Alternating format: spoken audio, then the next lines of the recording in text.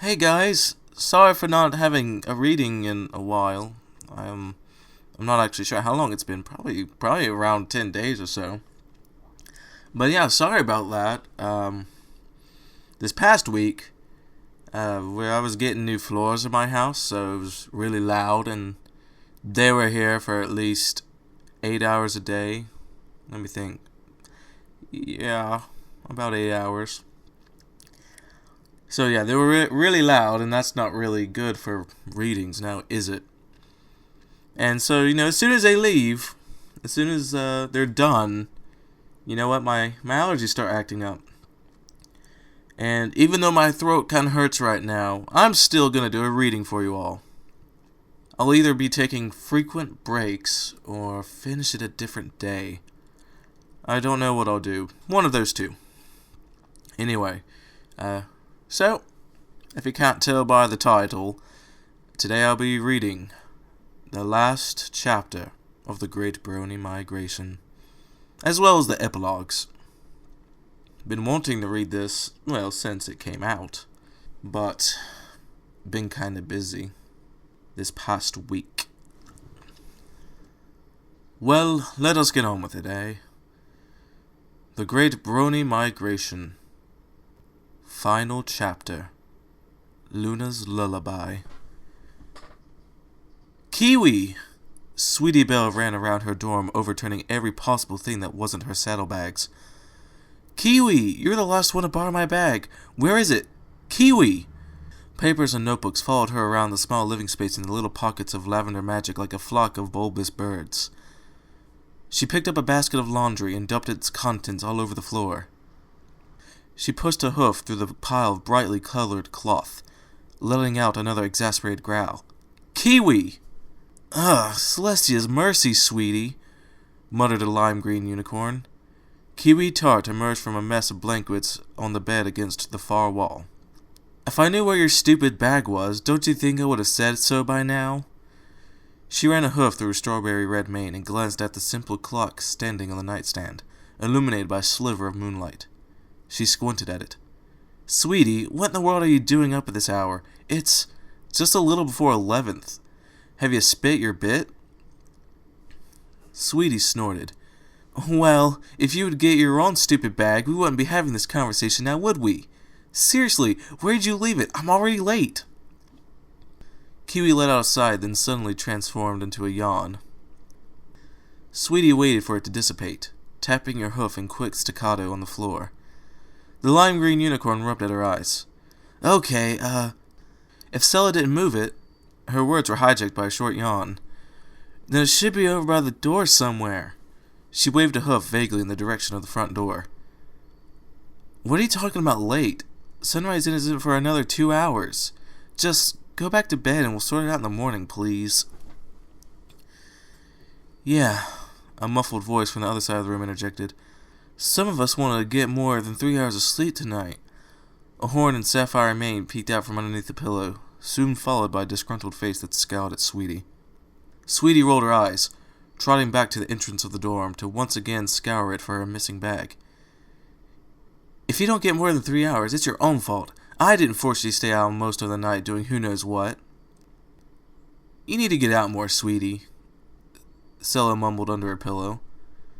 There's more to life than studying. And there's more to life than parties and stallions. Two can play at that game, Sweetie shot back. Oh, you're such a filly. What are you doing up so early anyway? Let it be, Stella, Kiwi mumbled. She doesn't like us much as it is. Just leave her alone and be quiet. Sweetie sniffed at the comment. I have a session with Princess Luna tonight. I'm supposed to be at the palace in 40 minutes, and I need the sheet music that's in my bag. She took a deep breath and closed her eyes, letting it out slowly. She went back into the bedroom and sat in the middle of the floor. Sweetie suddenly had the urge to apologize. She didn't know why. Her roommates were the ones in the wrong, staying out all hours of the night, borrowing her stuff, and then not having the common courtesy to put it back. Oh, Sweetie, don't pout. It makes you look so adorable. Stella rested her head on a pink hoof and leaned on the edge of her bed. Her mouth quirked on one side when Sweetie looked at her. I'm not pouting, she said, biting her lower lip. She apparently picked up the habit of thrusting it out when she thought about anything, just like Rarity. "I'm thinking," she said matter-of-factly. "Look," she sighed. "It's not that I don't like you gals. I think we just, I don't know, step on each other's tails a bit." She looked over at Kiwi, who had just had her back to the rest of the room. She wished she could go along with them. They seemed like nice girls. They just didn't have much in common with her. She gave up on Kiwi and turned back to Sella. "It's my first session with her in 2 weeks. I really don't want to be late. I don't want to disappoint her." Sella blew out her chops. "All right," she said, rolling out of her blankets. "You win, sweetie. Let's find this bag." Twilight jolted awake in the feeble light of pre-dawn. She wasn't where she was supposed to be. She thought as she peered at her surroundings with bleary eyes. A hill. She blinked and looked around again. She was lying under an old ash tree on top of a hill that overlooked the Brony camp. Dew glistened on the green grass all around her and lightly moistened her coat and mane, causing her to shiver slightly in the light breeze. Had she been sleeping out here all night? What was she doing on a hill? She gasped. Evermind? Her eyes darted over her surroundings again as she jumped to her hooves. Little droplets of dew fell to the ground, sliding from her coat from the force of her movement. The hilltop was empty, save for the tree and a few stray leaves. She stamped a hoof. One of these days, she was going to corner that pony and make him give her a straight answer. The purple mare shook her head, throwing even more dew from her mane, and started down the hill back to camp. She grumbled under her breath about this and that, mostly about the Evermind being distant. Twilight understood that he had a difficult responsibility, and then there was a lot he couldn't say. But it was maddening to know how much information he had at his disposal. Yet, he couldn't share it with her. She passed the imaginary threshold of the camp, and a sinking feeling fell in her stomach. Her disgruntled muttering ceased. She looked around at the silent tents and desolate streets. There was something odd about the silence. Her ears swiveled around, searching for any clues to why the silence was so deep. She slowed to a trot, and then a walk. There should have been at least some noise. Many of the Bronies were early risers. They were always doing something. Finally, she stopped at a crossing of 2 wide roads a few streets from her tent. No birds sang. There was no pleasant early morning conversation or clatter of tools. Only the lonely breeze whispered through the tent city, humming through the many ropes and cords that held the tents together. Twilight closed her eyes. Something just didn't feel right. A tingle ran through her spine as she realized that she could barely feel the spectra here. She opened her eyes and started walking again, foreboding wrapping around her chest in anxious bands. Hoofsteps to her left, erratic and shuffling, broke the silence. Twilight skidded to a halt, waiting for the hoofsteps to sound again. A white Pegasus stumbled out from around a tent a few scepters down the road, giving a feeble flap of her wings before she fell to the ground.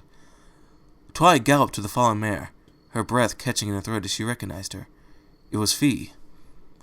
"So bright." Fee mumbled and shielded her eyes from Twilight's presence. The Pegasus shook like a leaf in the wind, uncontrollable spasms racking her body. She was out of breath, as if the act of just lying there were exhausting. "So cold." Twilight's blood froze. A great lurch in Spectra's flows seemed to drop the earth out from under her. The sun jerked in the sky, rising in the blink of an eye over the horizon and stopping at almost the mid-morning point. The wind rose to a mournful howl through the deserted paths. Her gaze was drawn, hard and fast, to the distant form of Canterlot. To her eyes, the great ley lines flashed into being, writhing under the grand city and around the bright castle. Her heart beat in her throat. Paralyzed, she stared. A hoof touched her own. She caught her breath and looked down at the shaking Fee. Alone, she whispered, her eyes sightless. Twilight knelt and held the Pegasus's head in her hooves, listening more closely to the mournful wind. Alone. It was not the wind that rose, but a dirge. Alone. All around her, thousands of voices lamented. Alone. "Twilight!" Applejack called. "Twilight, Where are you? Twilight? Twilight! Rainbow Dash appeared above the tents. Over here, every pony! She swooped down to the road to land gently beside Twilight and the fallen Fee. Rainbow's ears were flat against her head, and her tail whipped constantly back and forth. Twilight had never seen Rainbow like this. She seemed skittish, perhaps even frightened. Do you have any idea what's going on, Twilight? Her eyes danced from tent to tent around them. Twilight shook her head. Only that there is something terribly wrong. She stroked Fee's mane, trying to calm her. It didn't seem to have any effect.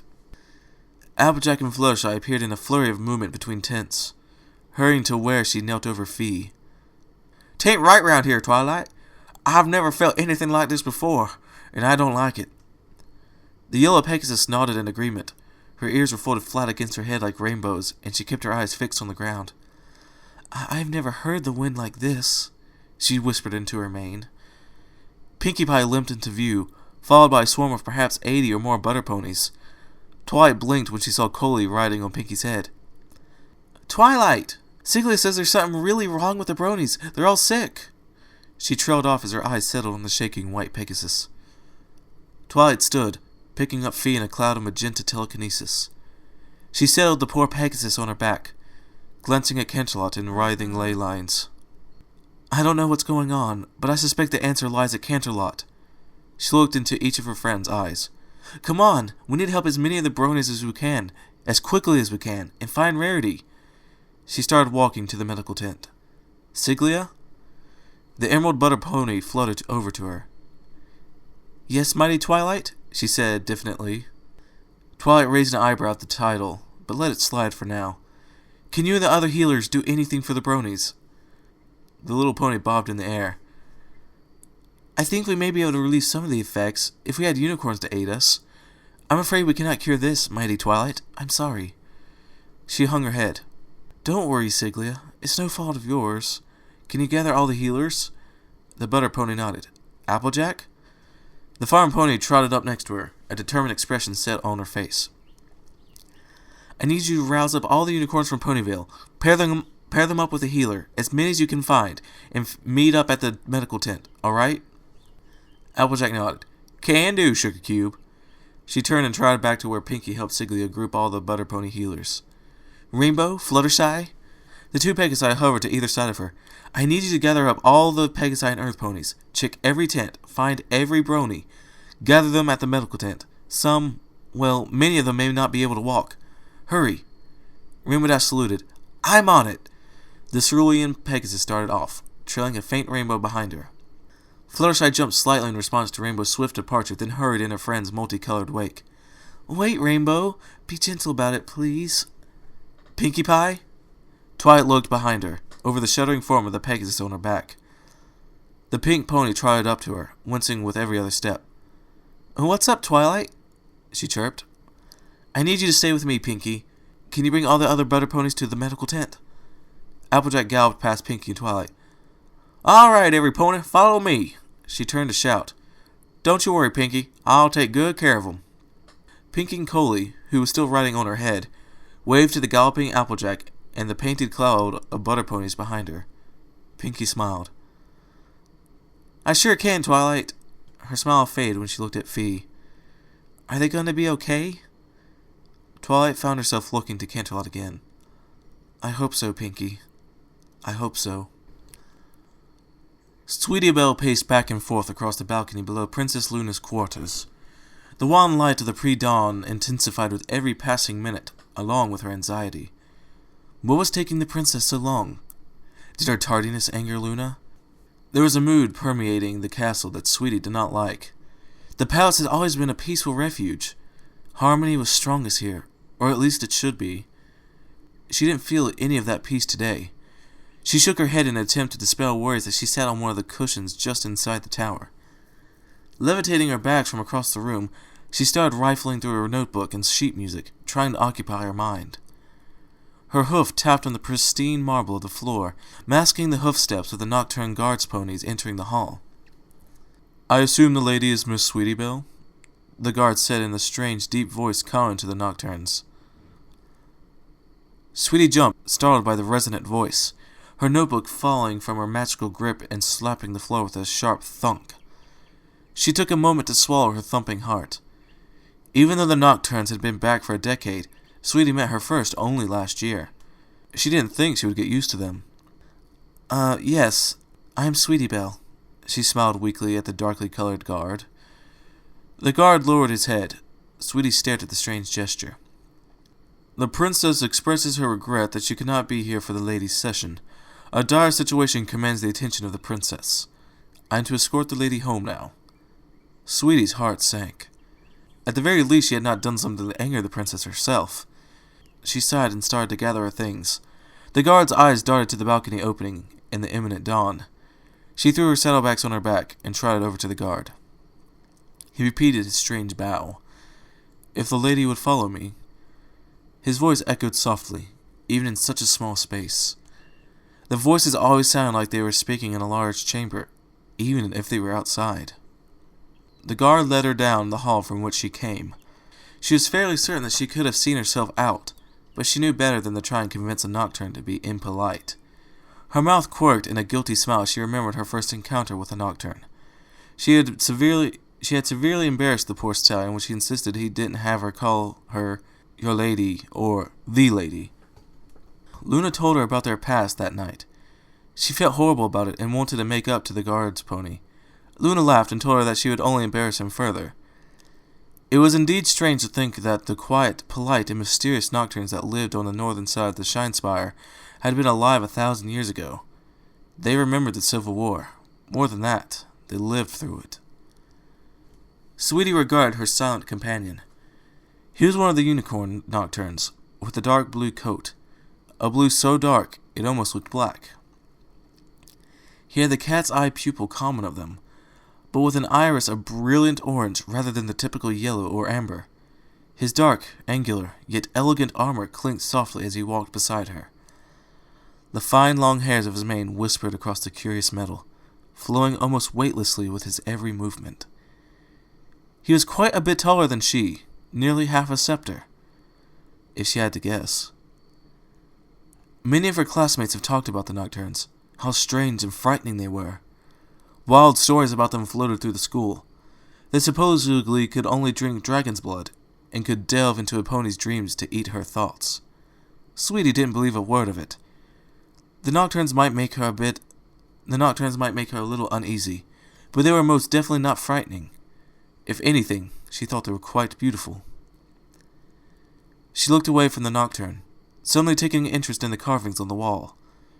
Sweetie knew exactly what she was trying to get herself to do.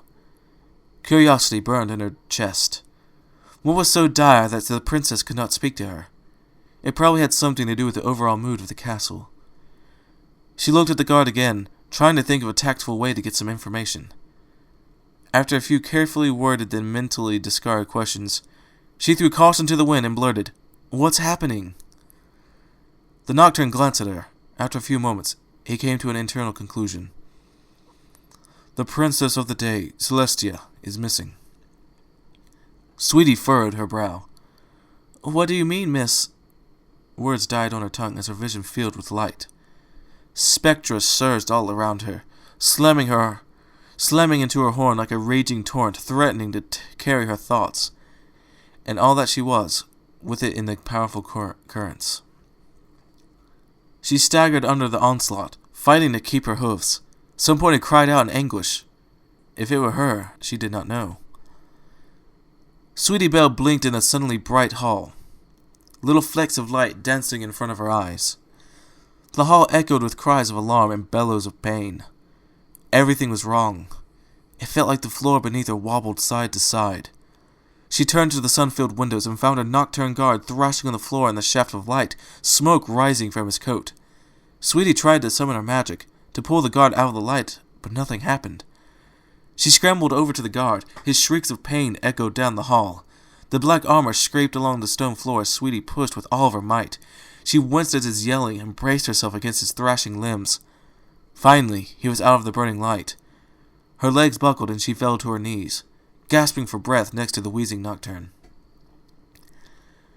Where the light had touched him, his coat was bleached white. thin tendrils of smoke rising from his skin. She tried to call up a few spells of healing she knew, but the ley lines simply did not respond to her summons. There was no telling how badly he was hurt. "Help! Guards! Any pony!" Sweetie yelled at the top of her lungs, getting to her hooves. Shouts and cries, similar to her own, echoed softly around the palace. "Help!" She yelled again. She blinked away flashes of light that came in fits and starts. Huge, unfathomable ley lines twisted under her hooves and coursed around the mountain. They filled her vision at times, blinding her. "Some pony, help!" "Over there! Over there! Quick, you and you, follow me!" Sweetie turned to look down the hall. A Pegasus guard hovered towards her, 2 earth ponies in tow. The earth ponies wore the livery of the palace workers, vests of blue and gold. Sweetie heaved a sigh of relief. She stumbled to the side to let the earth ponies inspect the nocturne. The Pegasus guard caught her with a wing. "Are you all right, miss?" he asked. Sweetie gave a small nod of her head, her eyes fixed on the nocturne. "Will he be okay? Is it bad?" The guard sighed. "I don't know. You did well, getting him out of the sunlight." He stooped to look her in the eye. "Are you sure you're all right? I can have some pony help you home, if you wish." No, I'm fine, really. Just a bit dizzy. It'll pass." She took a step to the side to prove she could stand on her own. A rumble shook the castle, then another rippled through the hall. Sweetie blinked away another flash of light. Again, the deep rumble coursed through the stone under her hooves. "What was that?" she breathed. The other ponies looked around. "Celestia!" The shout was faint, yet it rattled her bones as if lightning had struck next to her. "Celestia!" "Princess Luna!" Sweetie tore off at a dead gallop. She felt as if the massive rumbles, like a mallet striking an enormous drum, were pulling her to the center of the castle, and the throne room. "Wait, miss, come back, it's not safe!" She paid no heed to the guard, running as fast as her legs could carry her. What she was going to do once she got there, she had no idea, but she needed to be there. Cyril was ridiculously happy for no reason at all. There really was no reason for him to be so happy. Celestia was missing, and so was Lyconius. Luna was beside herself with worry, and he only knew this because he could feel the twinges of panic that he hoped were not his own. Yet he trotted down the torch-lit halls of the castle, searching for a princess and a Brony, while fighting down grin after grin. Had this evening been the last straw for him? Had he finally gone mad? A steady and eerily conformed staccato of hoofsteps behind him lent a backdrop to his erratic thoughts. He marched his little contingent of nocturne guards through the halls, gesturing down side passages, directing his search. There was something in the air, or was it just him? He had never felt so light in his life. The only time that he could compare was when he had finally embraced being a Brony. Just knowing that he was not the linchpin in some mad scheme anymore, it did wonders for his morale. "My lord, the south wing is clear. No sign of either the princess or the scholar," one of his nocturne lieutenants reported. The constant honorifics dampened his mood a little. He had given up on trying to get them to stop after Lieutenant Flinthoof explained that Cyril was obviously a favored son of Luna.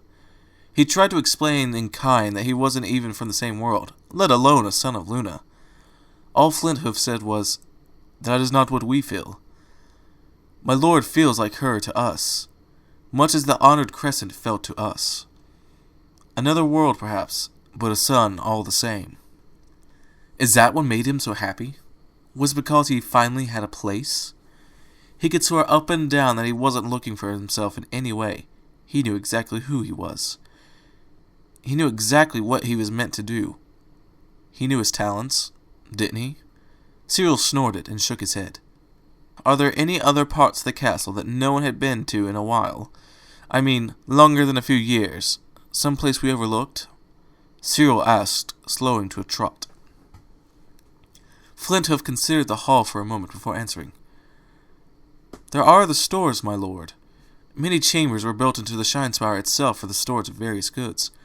We understand that those have not been used in favor of other methods." Cyril nodded.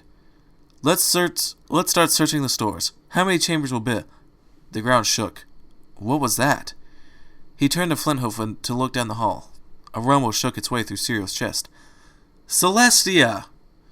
Luna's royal bellow echoed around him. Another tiny earthquake rattled his teeth in his head. Celestia! All thoughts fled from Cyril's mind as he galloped past the astonished nocturnes. The hall and its art rushed past in a blur of determination. Luna had found Celestia, he assumed, and something was not right.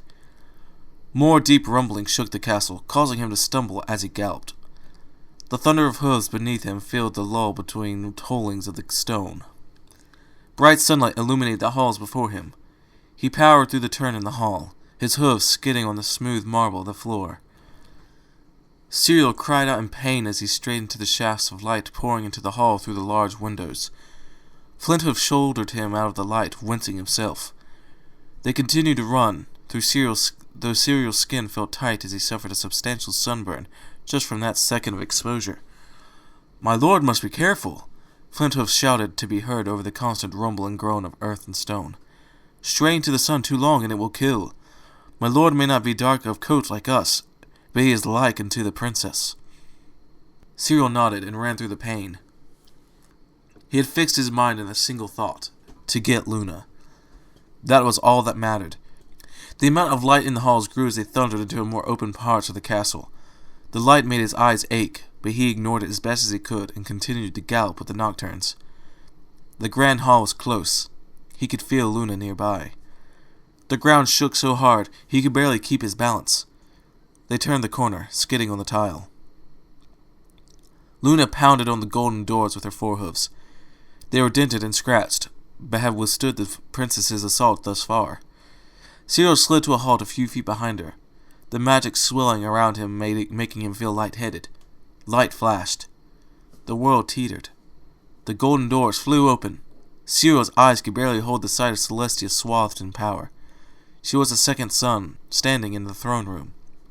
Another bright light, akin to the stars of the heavens when compared to Celestia, filled the room beyond where she stood. Luna spread her wings and entered the chamber, her dark form drinking in the light radiating from her sister. Celestia burned like the sun itself, the essence of fire incarnate. With a single baleful glance of her sister, she raised a hoof high and brought it down upon the stone platform. Pain lanced through Cyril's mind. He fell under Luna's shadow. He drifted in the cool of moonlight. He heard only silence. "Are you sure you can handle this? I don't know how long it will go on, and it might get worse." Twilight finished wrapping another shivering Brony in a blanket.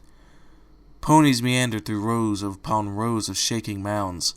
Fancy Pants caught glimpses of frustrated unicorns, weaving intricate patterns of ley lines over several of them. Fluttering bits of vibrant color flew around with the unicorns and hovered over the quivering bundles. A fluttering emerald hovered next to him, and a piece of onyx rode on his head. The butter ponies were shocking, but in a strange way, they made perfect sense. He had no idea what exactly was happening, though it seemed Twilight only had an inkling more than he. "I have been managing politicians for a large portion of my life, my dear. Now hurry, I believe I can take care of this. If I understand correctly, the cure lies in Canterlot. Go, go." He pushed the distraught mare over to where her friends waited. Twilight stole one last concerned look at him and the Bronies. She turned to fix her gaze on Canterlot, igniting her horn. Reality wrapped in front of her. Fancy Pants squinted at it, trying to see the ley line she used.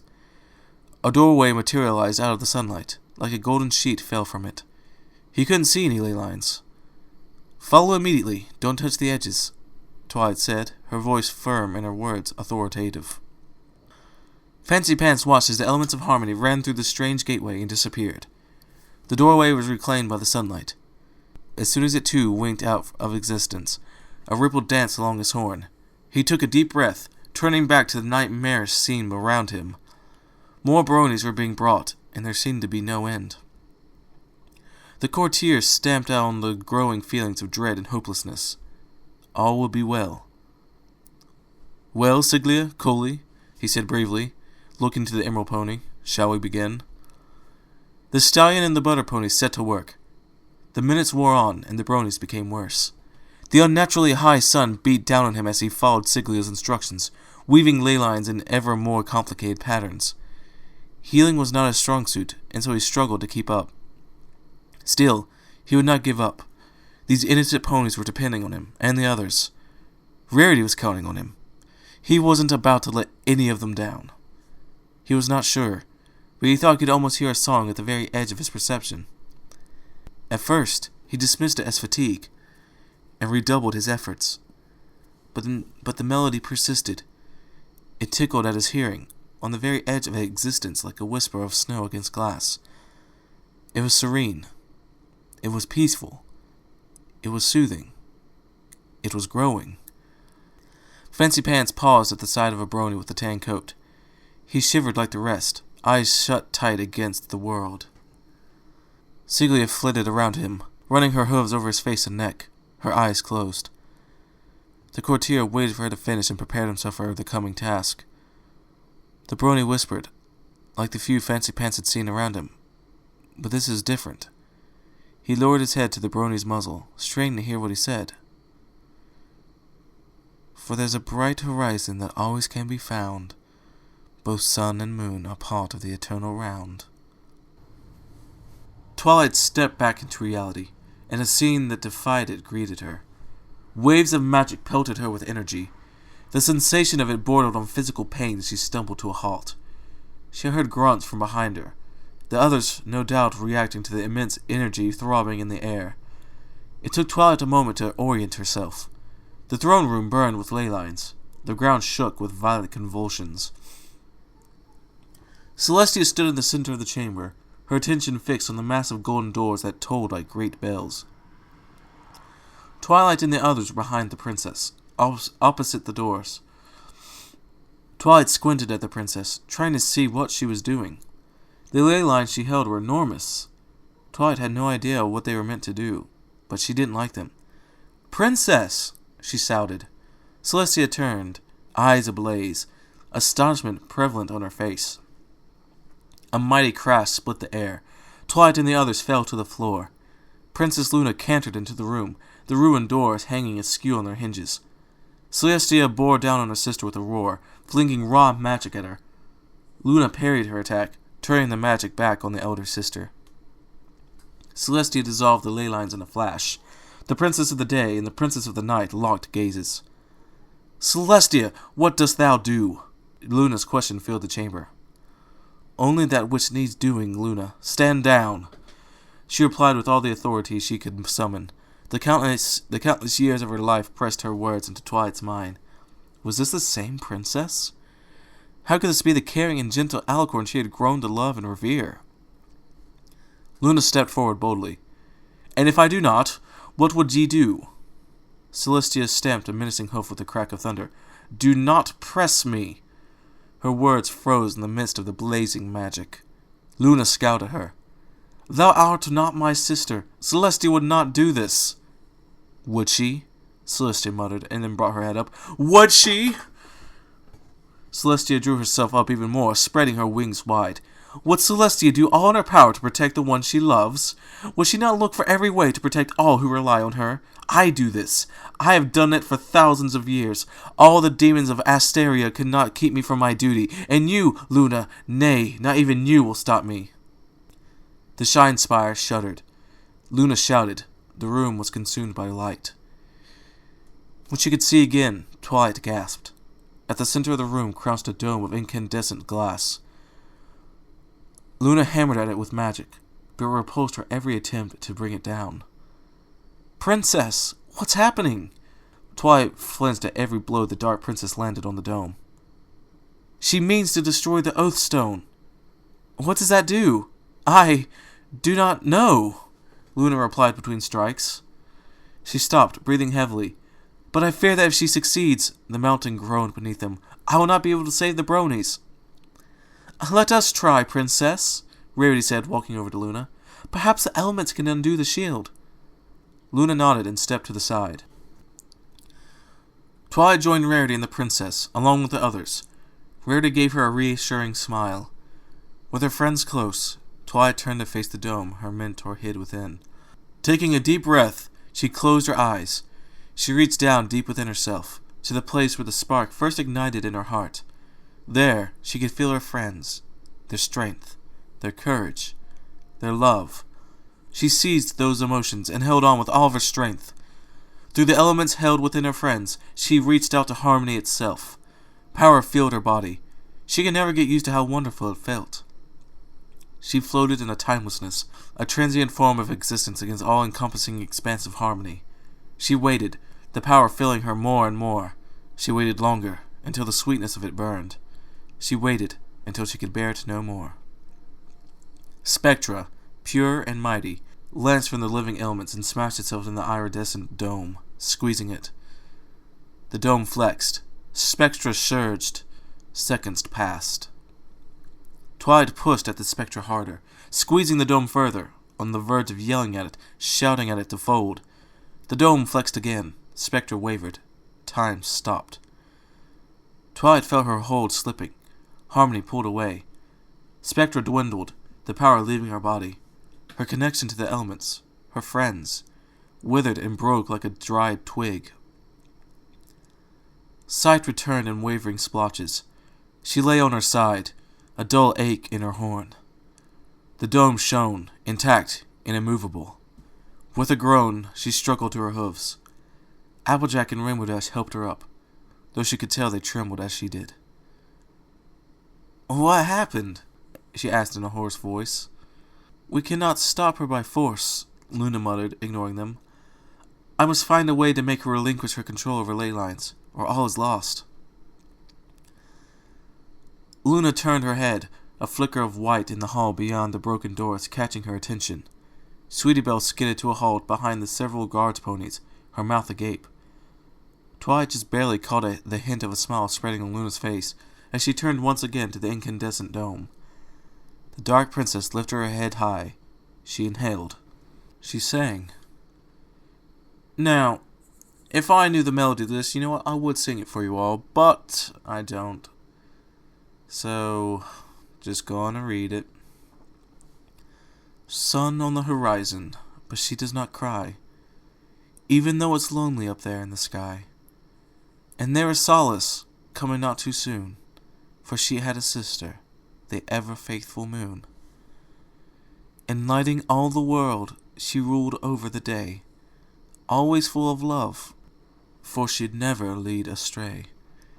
Giving her direction and her knowledge great, forever is she leading to a brighter fate. For there's a bright horizon that always can be found. Both sun and moon are part of the eternal round. And now the moon is sailing through a starlit sky, watching sleepy vales with a twinkle in her eye, bringing light to night for those far below, singing them to sleep so tomorrow they can grow. The daughters of the mother, faithful in their task, just to be together is no more they could ask. Ponies in the vales sing songs throughout the hills, joyful in their freedom to do as they will. For there's a bright horizon that always can be found. Both sun and moon are part of the eternal round. Eternal round. Eternal round. For there's a bright horizon that always can be found. Both sun and moon are part of the eternal round. Eternal round. Twilight did not believe her eyes. Luna wove enormous ley lines around the throne room, with naught but her voice. Her eyes watered to look upon them. They were so brilliant, so immense. She felt like all the world's spectra was concentrated in this one space, all of it focused on the incandescent dome that hid her mentor from view. Twilight could catch glimpses of the ley lines Celestia used to maintain her shield. So large they were. It was like comparing ship line to twine. Twilight was one of the few ponies still on her hooves. Her friends crouched or cowered on the floor before the awesome display of power. The last echoes of Luna's song dissipated. The Dark Princess breathed heavily, her head lowered. Sweat glistened on her coat. Her legs wobbled momentarily before she steeled herself, preparing for one final assault. Some ponies stumbled into Twilight. She glanced down to find Sweetie Belle looking up at her. Sing with her. What? Twilight could almost hear the roar of the spectra coursing around them, though the room was quiet in the wake of Luna's powerful song. Sweetie shook her head. Just sing with her. She needs help. Twilight blinked. But I don't know the song. Sweetie shook her head again. You don't have to. Just believe. Twilight stared at her. She could feel the spectra surging again. Sweetie walked up to the Dark Princess, standing next to her. Her eyes closed and matched her breathing to that of Luna's. The ground shook again, bits of plaster falling from the ceiling and walls. The deafening silence was pierced by an angelic sound. Twilight had to concentrate in order to understand what it was. Sweetie Belle sang the refrain from Luna's song in pure tones that made the hair on Twilight's ears stand up end. For there's a bright horizon that always can be found. Both sun and moon are part of the eternal round. Twilight suddenly found herself standing next to Sweetie Belle. She started into the refrain once again. She sang along with the white unicorn, falling into harmony with the melody. She didn't think about the words. They just came out of her mouth, as if it were a cherished song. The castle shuddered again as Celestia pounded on the oath stone with frenzied strikes. Twilight glanced at Sweetie. Her eyes were shut, and her face calm as she sang the refrain once more. Their duet was no longer, but instead a trio, then a quartet, then a choir. Twilight looked to either side to find her friends singing along with Sweetie and herself. At the third iteration of the refrain, deeper voices joined in, providing a solid foundation for their multi-part harmony. The guards in the hall sang with them, the unicorns, earth ponies, and Pegasi, along with the nocturnes, filling the chamber. The last note shimmered in the morning. Luna raised her head. Song exploded from her in what could only be the royal voice. The grand stained glass windows exploded in a shower of glittering color. Twilight sang with all of her might, a tiny tributary of the rushing torrent of pure music that emanated from the princess of the night. Luna's voice pulled at her, coaxing more from every fiber of her being, yet invigorating her, infusing her body with energy such that she felt she could be glowing. It was akin to wielding the power of the elements, and still so much more. Ley lines burned through her tightly closed eyes, taking her breath away. The song rose to a grand crescendo. The stone beneath her hooves vibrated. Twilight opened her eyes. The dome of Celestia's shield flexed, straining against Luna's relentless voice. The song rose again, louder. The ley lines wove together in great bands, squeezing the shield of light. Twilight struggled to keep singing, the song near its end. The shield of light shattered like glass. Shards flew in all directions, colors exploding from the strained glass littering the floor. The mountains shuddered under the strain of such powerful magic, finally coming to a rest as the light dissipated from the once grand throne room. Splinters of dark wood, the remains of the high court risers, made a crude palisade against the windows, casting jagged shadows in the morning light like the jaws of a fearsome beast. Celestia appeared from out of the glare of spent magic and fell. To Twilight, the world was in slow motion and devoid of sound. The princess hit the floor and lay still. In 2 powerful strides, Luna was beside her fallen sister. "Celestia," she whispered, "can you hear me?" Twilight took a few steps towards her mentor. Luna shot a stern gaze at her, freezing her in place. The dark princess turned back to the white alicorn, putting her nose up against Celestia's. "Wake up, Tia." Celestia's eyes floated at her sister's voice. Luna?" Luna heaved a sigh of relief. "Thou knowest better than to scare me like this." She nuzzled Celestia's neck. "Now, please speak to me, sister. Tell me why." Celestia shuddered as tears began to stream down her face. "I can't lose you again." She squeezed her eyes shut and leaned into Luna's shoulder. "I know what you are about to do. It will destroy us. But if I do not save them, I cannot forgive myself. Why dost thou fear the past so?" "It was the bond, Luna. It let that evil spirit take hold of you. I can't let that happen again." Her voice trembled with her emotion. She breathed heavily, like she had galloped for miles. "I can't lose you again," she whispered. "Dear sister," Luna sighed. "The nightmare was of my own making. I had allowed myself to be overcome with jealousy and despair. I spent 1,000 years with her. I know where she came from, and I know how to stop her. We were one and the same, a soul and a shadow. Learn from my mistakes, sister. do not let this fear control you. Celestia looked away. Luna, thou art a better ruler than I. Luna sniffed. This is not true. No, just listen. You have always been the best of us. You are noble, kind, and honest. I am callous, cold, and... No sister of mine speaks this way, Luna said in a stern voice. Celestia, thou art wise, loving, gracious, and true. Let us be as we once were, sisters united. Let us restore harmony to proper balance. Let me help you. Celestia attempted to rise, but Luna leaned against her, pinning her to the floor. The solar monarch tossed her head. Luna, I demand you release me from this spell. She gave a weak flutter of her wings as she tried to wiggle out from under the other alicorn. The dark princess rolled her eyes. Why art thou so stubborn? She snorted. I will break into your mind if you so wish. Celestia stared at her wide-eyed. You wouldn't dare, she hissed. Try me, Luna replied flatly. Don't do this, Luna, please, she pleaded in a strained voice. We can do this the easy way, sister. Just give me the memories you kept and all will be well. No, it will not be well. What nightmares these memories are, you know not. They will destroy you. And thou farest no better, keep them locked in thy mind, sister. They are not your memories. They will destroy thee if thou keepest them much longer. Look at what they have done to thee, sweet sister.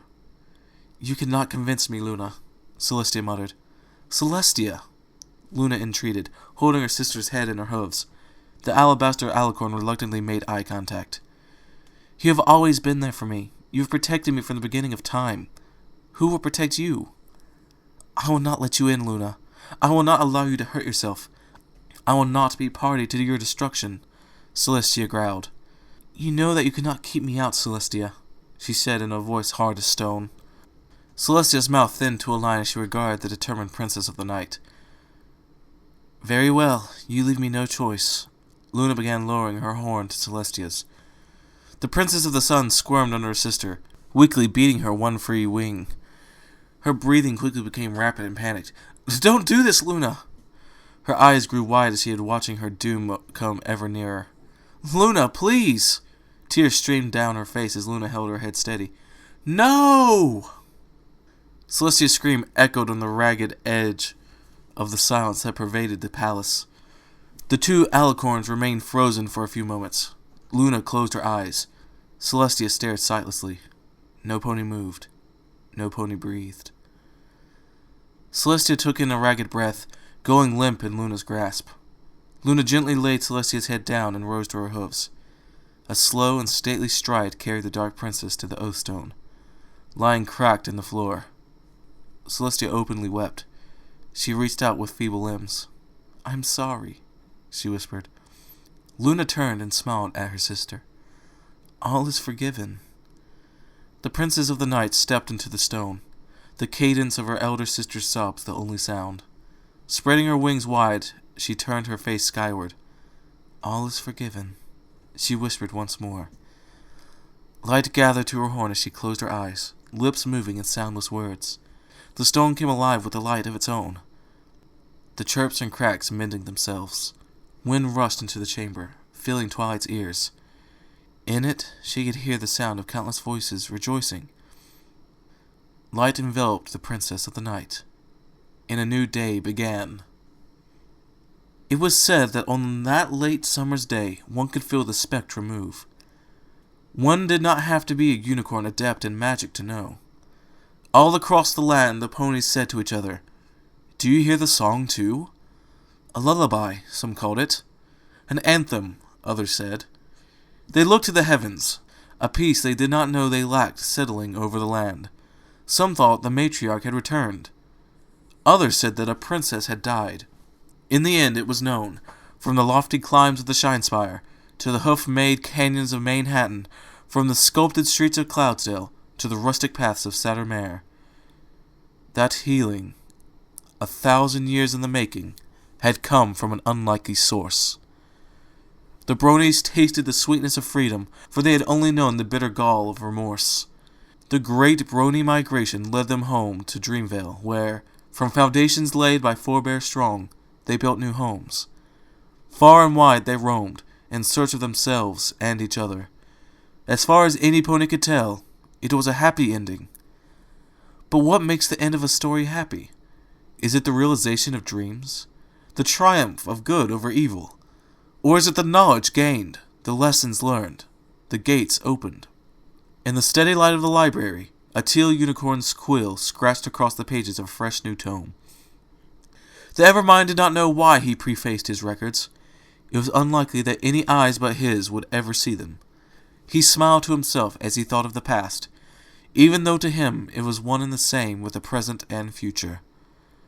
The warmth throughout his ephemeral home was pleasant, like the embrace of a loved one. He had always associated with the presence of the matriarch. It was the same warmth that filled Equestria in the heart of every pony.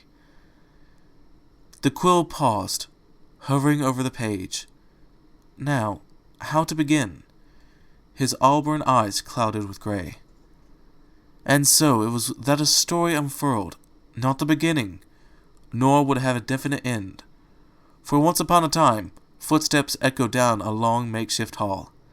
The air was dry and dusty. But what more would you expect from an old warehouse? A man of average height in his late 30s passed through little pools of light from the large lamps bolted to the steel rafters of the warehouse. The end. Of course, it's not the end. There are 2 epilogues to read, so here we are. Epilogue. The Great and Powerful Sethisto.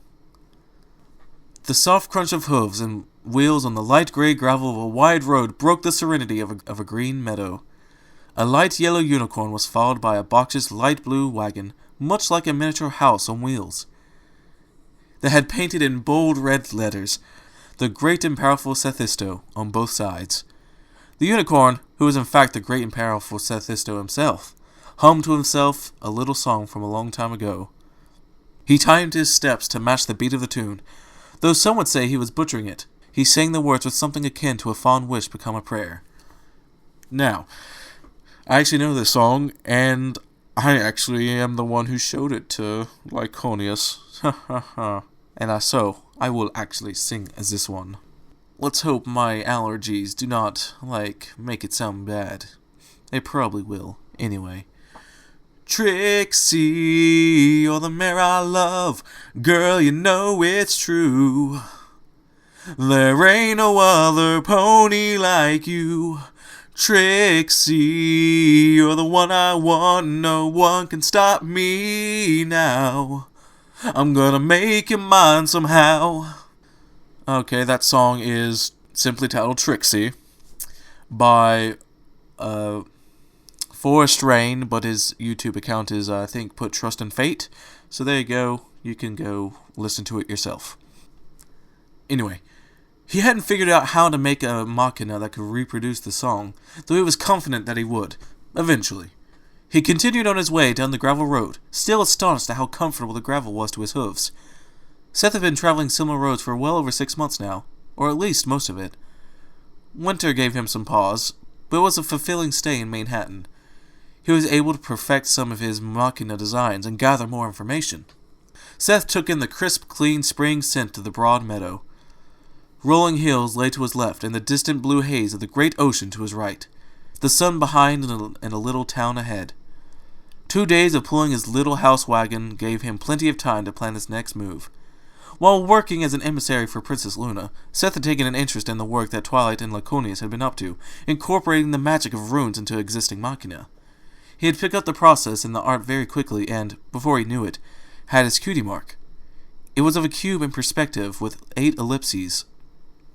The cube itself was gray, and the red ellipses were arranged to look almost like a flower on every visible side of the cube.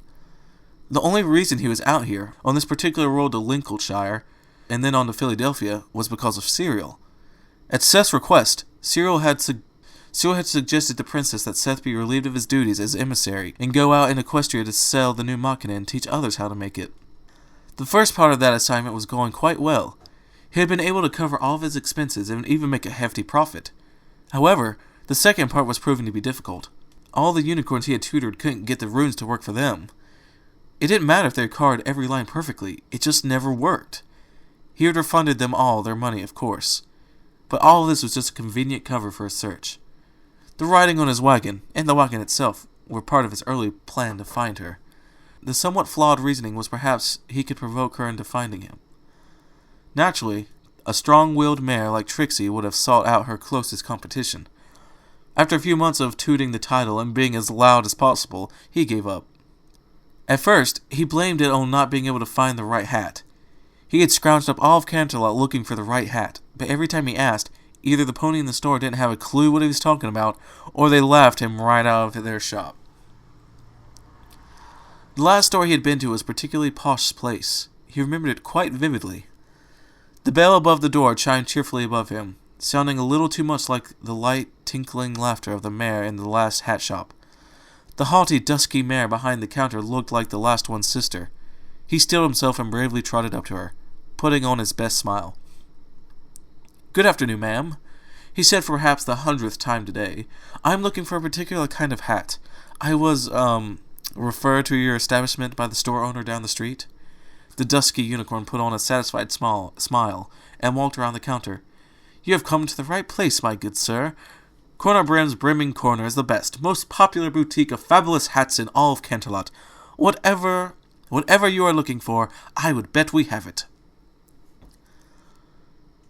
Seth wondered idly if all the hat store owners ever got together to come up with these corny names and taglines.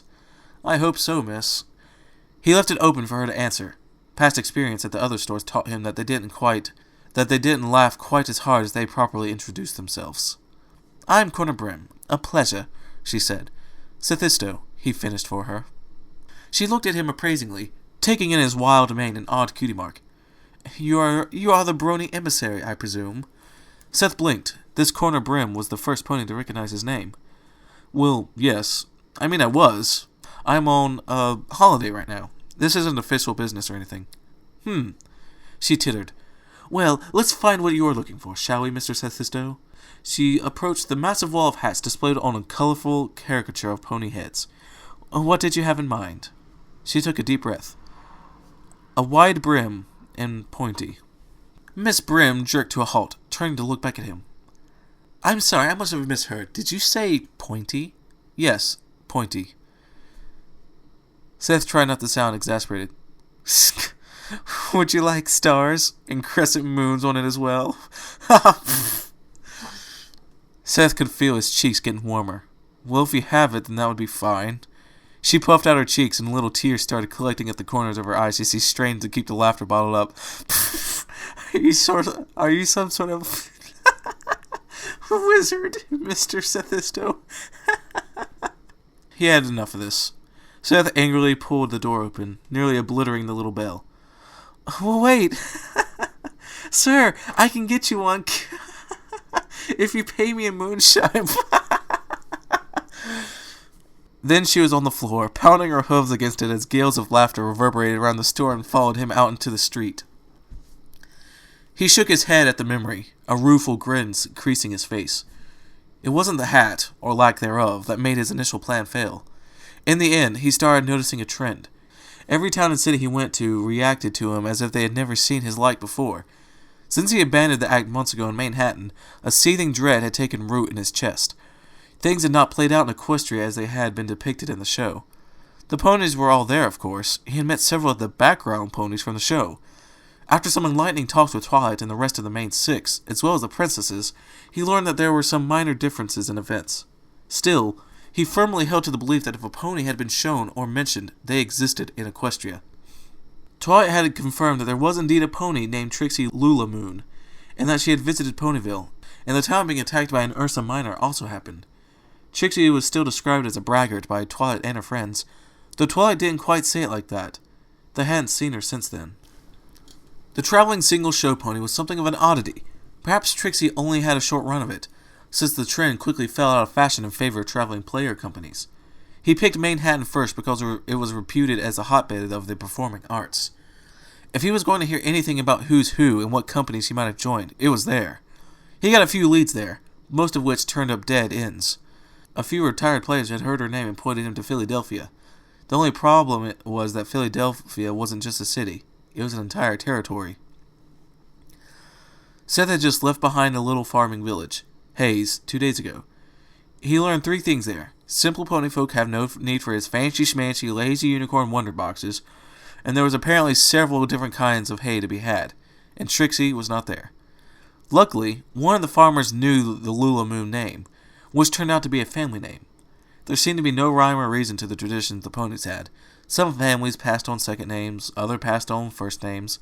Most didn't even try to maintain any sort of naming tradition, and just winged it for every foal. Hoping against hope, he started off for Lincolnshire, which the farmer said was where most Lulamoons started, and where most ended. Seth didn't like the sound of that, or the sad look on the Earth pony's wizened eyes. There was no reason for him to be worried. Trixie wouldn't have met with a sad fate. This is Equestria, after all. The land of dreams. Right? The road widened even further as he approached the town of Lincolnshire. Many of the eastern towns had very extravagant main entrances. A great archway of stone gracefully spanned the wide gravel road, intricate carvings of vines accented by some of the real variety climbing the tall structure. Cut from thin sheets of bluish metal were the letters that made up the town's name in high equestrian. A sheriff's deputy gave Seth a short nod. He returned the gesture before pausing to take with the brown stallion. The deputy spoke with a light eastern accent, holding his R's a little too long and dancing around his words like a song. "Good morning. How are you today, sir?" "I'm doing great," Seth replied, only half believing it. He put on a well-practiced smile and gestured grandly to his wagon. "I'm a traveling sales pony," Seth announced. "I have some new machina straight from Canterlot designed by the element of magic herself. Is there an open market here in this fine town where I can set up for a few days?"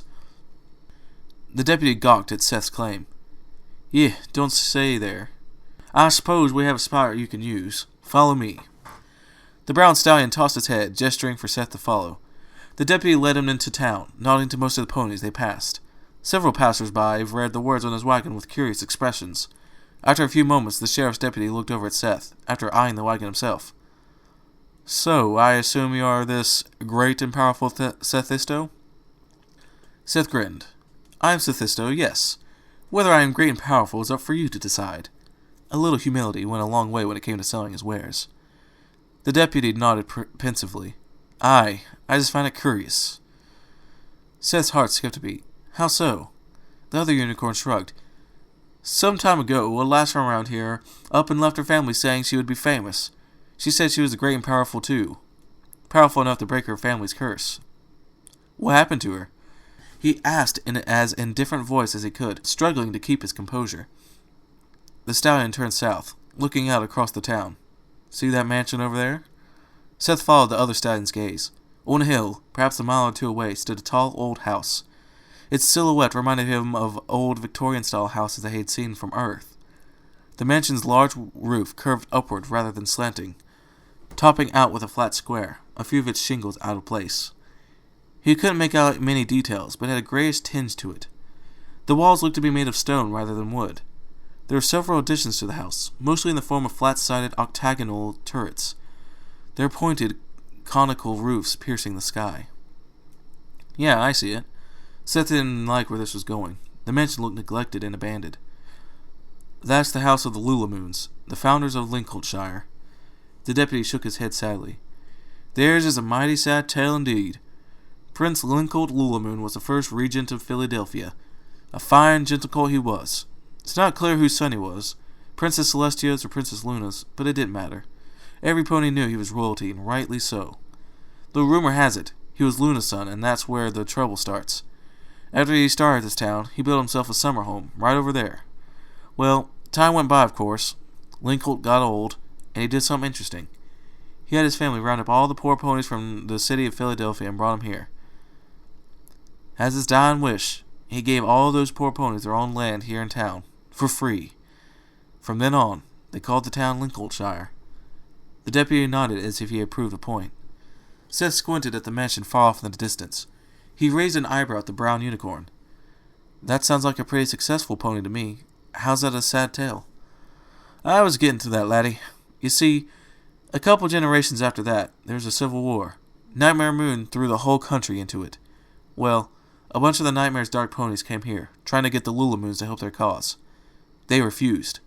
Far as I know, the Lulamoons were the only family what descended from Luna that did. That didn't sit well with Nightmare Moon. Not one bit. So she cursed them. She said, "What Lulamoon that draws breath and revels in the day shall be followed forever by my dreadful bay. Unless they turn to a son of mine, they be doomed to the end of time." Didn't take long for that curse to be made good on. The Lulamoons went to war, aiding Celestia. They were a powerful unicorn family, perhaps the strongest at the time, but everyone that went against Nightmare, well, they never came back. They had all sorts of accidents, freak occurrences that led to their doom. The Lulamoon started getting a reputation, see? No pony wanted to march with one, afraid their bad luck would rub off. They arrived at the market at the center of town. It was a large square, approximately 30 or more scepters along each side. 4 cobbled streets made up the edges of the square, and the market space itself was lined on all 4 sides by buildings. Colorful and happy stands occupied the equally colorful and happy ponies filled the square. Little winding paths through the many stands had sun-bleached lengths of canvas hung over them, providing shade for the patrons. The sound of hundreds of voices all talking over each other babbled in the pleasant spring afternoon. Seth didn't pay much attention to it. The deputy took him along a wider path on the outside edge of the market. So, what happened to the young mare? Was she able to break the curse? Did she ever come back? Seth didn't even try to hide his anxiety. After dreaming for so long, after searching tirelessly, he wanted desperately to know. The deputy widened his eyes at the yellow unicorn. "Whoa, boy. Goodness me, didn't know I was such a storyteller, Aha! Don't look at me so, my young friend. I tell you, don't worry. She left that house there almost 10 years ago. She left it full of family. The whole of the Lulamoons were living there at the time, and I guess she got fed up with believing she was doomed to fail. She left this town with fireworks and bold claims. She came back a year ago, not even nearly the same mare. It took a while for every pony else to notice she was back. I happened across her the night she did, in a sorry state she was. Her father had passed away a month before. She tried to come to see him one last time, but it was too late. Heartbroken she was. It only got worse. That week, her brother died. The week after, her mother died in an accident. Her other siblings blamed her, said she brought the curse down on them with her galloping around and being a show mare. They all left. She's all alone now, up in that mansion. I visit her. I was good friends with her father, after all. I just don't like seeing her like this." They stopped at an empty part of the square with various sized boxes painted on the cobblestone. Seth felt numb as he came to a stop, the momentum of his wagon pushing him forward a few steps. Why hadn't Luna done something about this curse? Did she know anything about it? The day was not so bright as it had seemed before. He felt that seething dread start to boil as his dreams crumbled. Could he help her? "You all right there, laddie?"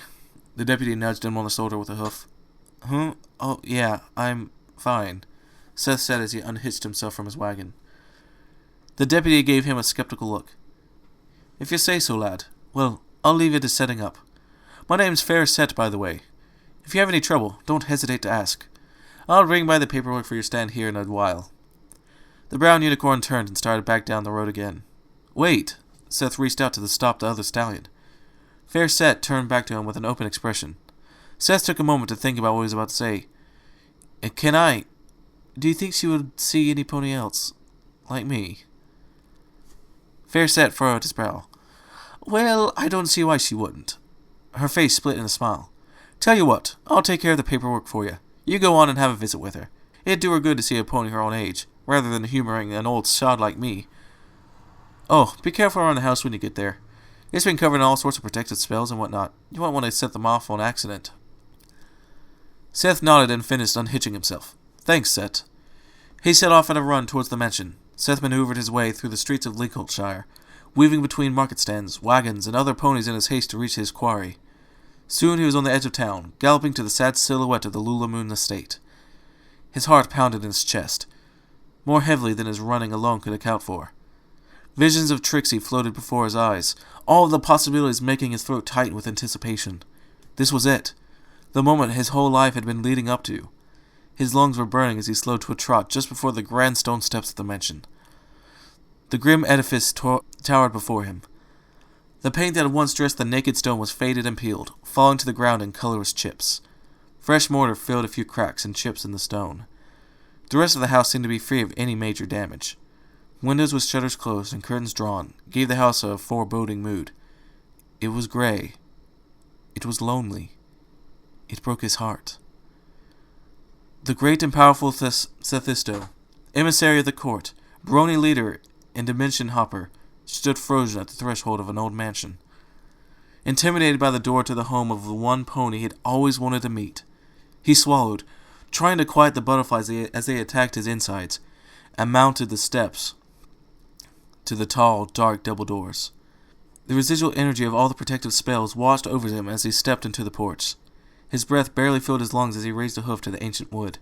His mind cleared with the first impact of his hoof against the door. His hoof struck the door again, and the world felt as if it was clicking into place. At the third knock, a smile filled his face. He had no idea how long he stood there. Seconds, minutes, it didn't matter. He heard the latch click. He felt his mind tingle. On squeaking hinges, the door opened, revealing a dim interior and the most beautiful mare he had ever seen. She looked at him with her deep rose eyes. They were haunted and tired, but he could get lost in those eyes. He wouldn't mind at all if he was never found. She was just as he had pictured, and so much more. The door stopped suddenly, only wide enough for her to look out. "Can I help you, sir?" she asked in a voice that was cautious, yet melodious to his ears. Seth's brain melted. He stood grinning like a doofus for over a minute before he could put his mind back together. Yes, I'm my name is Sethisto," he managed to say. When he didn't continue, she raised an eyebrow at him. "I'm Trixie Lulamoon. A pleasure to meet you, Mr. Sethisto. Now, is there anything I can help you with?" A shiver ran down his back when she said his name. I was on my way here to sell Machina. Some new designs from Canterlot, and The truth is, Trixie, I came here to meet you." She blinked and hid part of her face behind the door. "Why would you come to see me? If you know anything, you know I'm bad luck. You should go, before any pony gets hurt. Goodbye."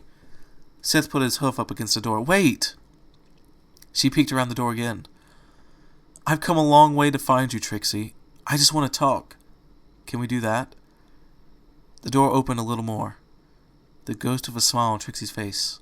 "I think I would like that." "Lucky Sethisto. I wish I could meet the great and powerful Trixie."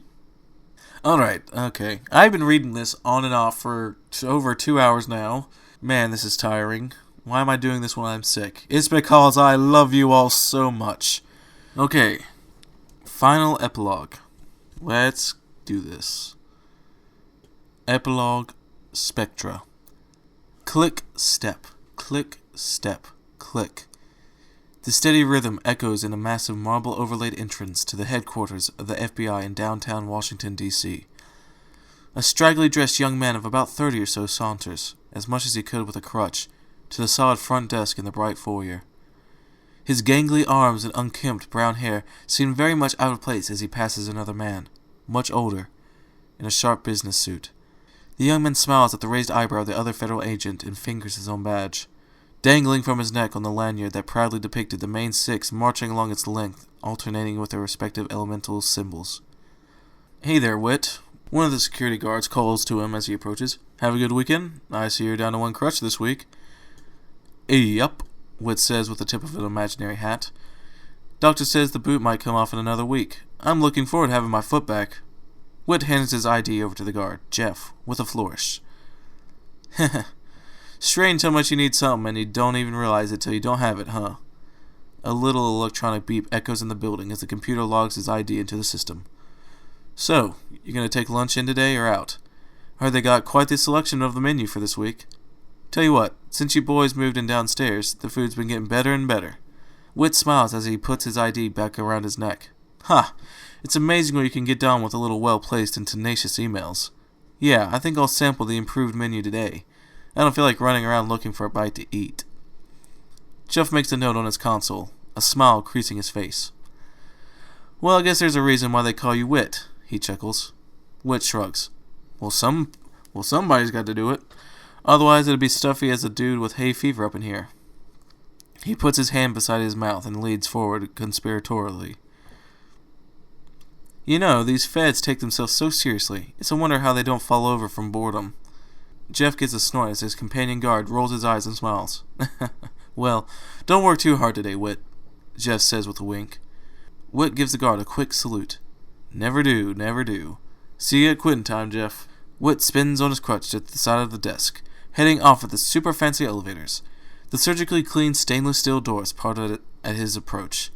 A wonderfully synthetic ding plays from the elevator speakers and a pleasant fake female voice asks, up or down? Down, please, SB6, he says in a clear, overly enunciated voice. Security clearance, please. Agent Whit, 6005. Voice print confirmed. Welcome back, Whit. The elevator dings once again as he feels the slight acceleration of the metal capsule dropping down to the shaft below the building. Sub-basement 6. My own private lair, he thinks to himself as he descends even deeper into the earth. The high-speed elevator slowed as the third red light blinked above the door. Fingerprint, please, Miss Elevator asks. Whit presses his thumb up to the plate next to the door, where the normal elevator buttons probably used to be. It was rather clever of them. If an intruder got this far and failed the fingerprint thing, they'd be stuck in an elevator like a metal-wrapped present. The elevator dings its approval. Have a nice day. Whit salutes to the hidden camera in the upper left corner, as always, and steps out into the fluorescent hall. Bright tubes embedded in the translucent ceiling illuminate the narrow hall that runs to either side of him.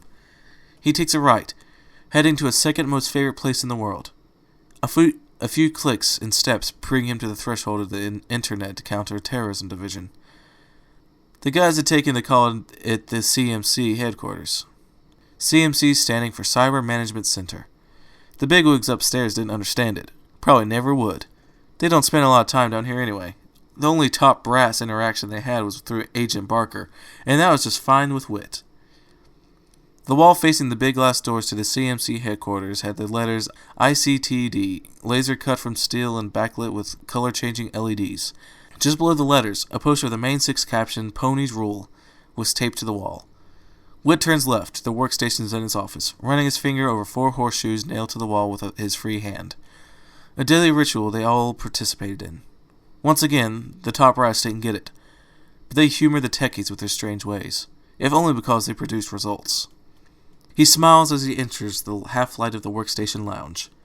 It didn't look anything like a government operation. The best part of it, in his opinion. Several coolers stocked with all sorts of fizzy drinks stand around the room in a circle around their cubicles. The cubicles themselves are decked out with lights, posters, and random toys. As usual, he was the second one to arrive. Do you ever sleep, Hawk? He asked the short-haired ginger, illuminated by his monitor across the room. Yeah, I sleep. I don't hobble like the rest of ya, is all. Hawk sticks his tongue out in concentration as his fingers fly over the controller of the antiquated Xbox 360. Boom! Headshot, biatch! Wah-ha-ha! Wah-ha-ha! Wah-ha-ha! Wah-ha-ha! Wah-ha-ha! I don't know why I did that. Whatever. I'm gonna keep it, though. I still got it. He claws at his headset sitting on his desk.